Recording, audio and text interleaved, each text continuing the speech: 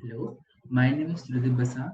I'm a second year BTech CSE student from GGSIT, New Delhi. So today we are going to discuss the second part of fifth chapter, that is working of institutions. In continuation to the first part of the question series, this video is of the subject political science of class 9th. So let's begin with the question series part 2. So the first question is, what is judiciary? All the courts at different levels in a country are called the judiciary. Like in India, it is local courts, then the district court, and state level courts, and at the ultimately the high courts and the supreme courts. The second question is, which is the highest court in India? So the highest court in India is the Supreme Court. The third question is, who appoints the Chief Justice of India and other judges? So the answer to this question is, the Chief Justice of India and the other judges are being elected by the President of India. The President consults other judges of the Supreme Court and High Court while making appointments of other judges. The fourth question is, state any two parts of Supreme Court of India. So the two major parts of Supreme Court of India, that is the head of the judiciary system in India, are the Supreme Court acts as the guardian of fundamental rights. That is, it looks after if all the laws regarding regarded and mentioned as in the Constitution are being properly conducted throughout the nation and in a particular case. Secondly, it acts as a guardian of the Constitution. Guardian is basically someone who protects the Constitution. The fifth question is, what is composition of Indian judiciary? As I discussed in the earlier question, the Indian judiciary system is divided into three levels: the Supreme Court, the High Court, and the District Court. The District Court is the lowest level, then the High Court, the Supreme level is the highest level. Question 6. Why is there a need for political institutions?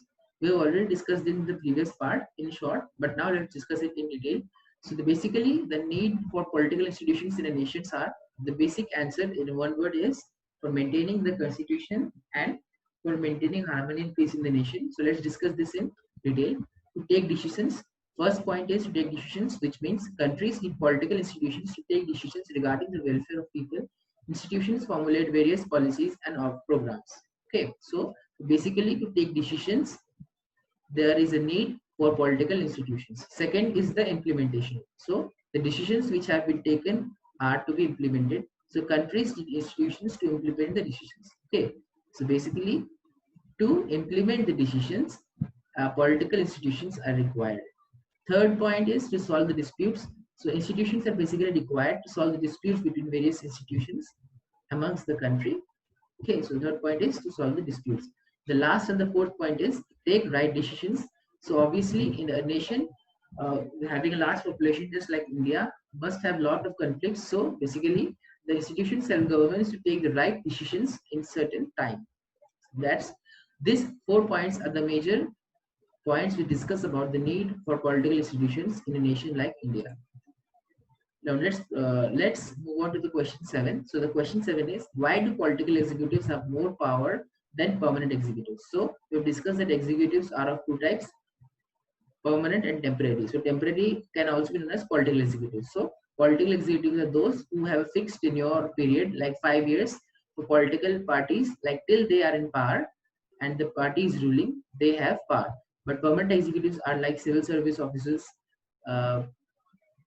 who clear UPSC exam, IAS, IPS, civil servants. Basically, they are known as permanent executives. That is, they don't have a fixed tenure as such of like the political executives have. So now let's discuss the main question, like why do the political parties have more power than permanent executives? Let's discuss. So in a democracy, the will of people is supreme and the political executive is elected by the people.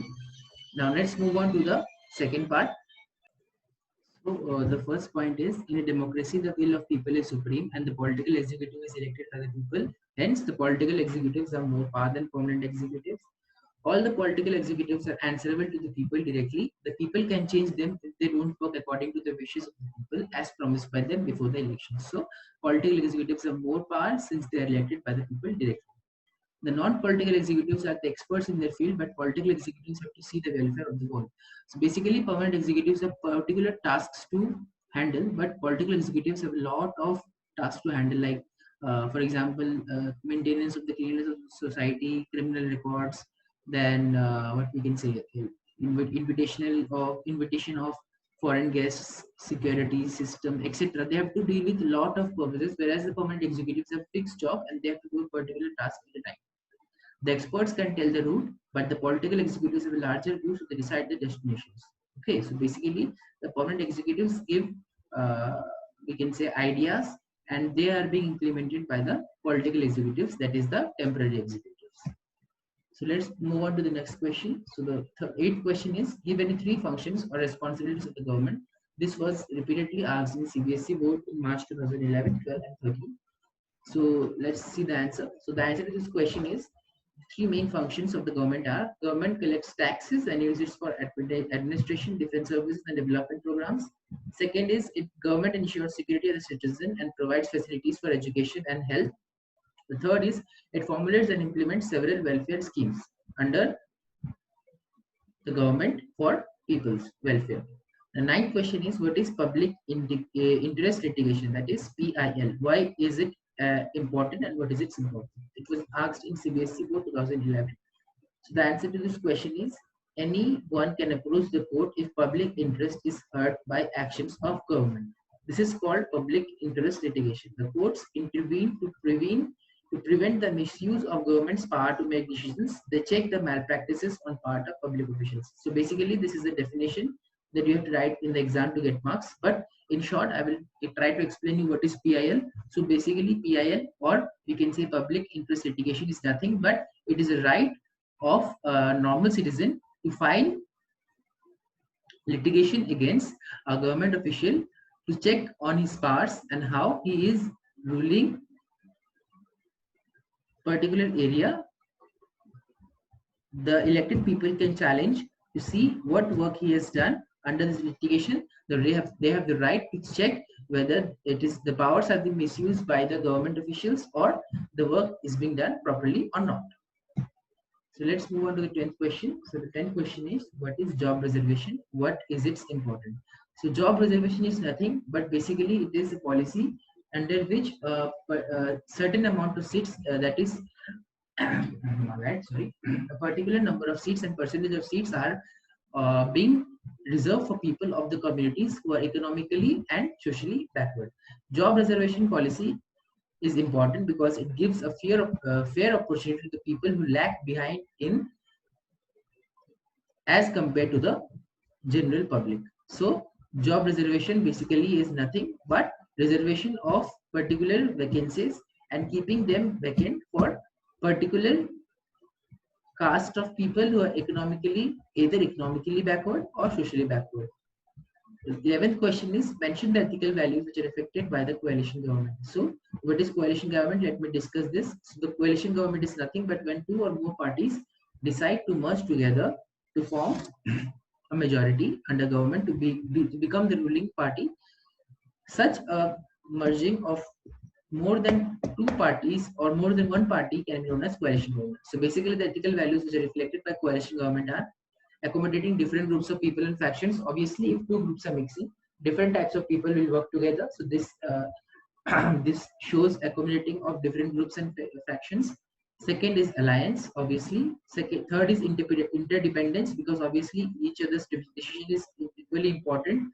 In a coalition government, both the parties must agree. And the fourth is cooperation, that is taking decisions together as a whole. Now the 12th question is, under what circumstances does the president exercise his discretion in the appointment of prime minister? Or this question can also be asked in this way, like explain the discretionary powers of the president of a nation. So the answer to this question is that with no single party getting a clear majority, a coalition of parties take their claim to form the government. Okay, so in this case, the president has to use his individual judgment and invite such a leader to head the government as prime minister, who can provide a stable government and security to the member and basically the citizens of the country. So these are the discretionary powers of the president. So that's all for this chapter. Thank you.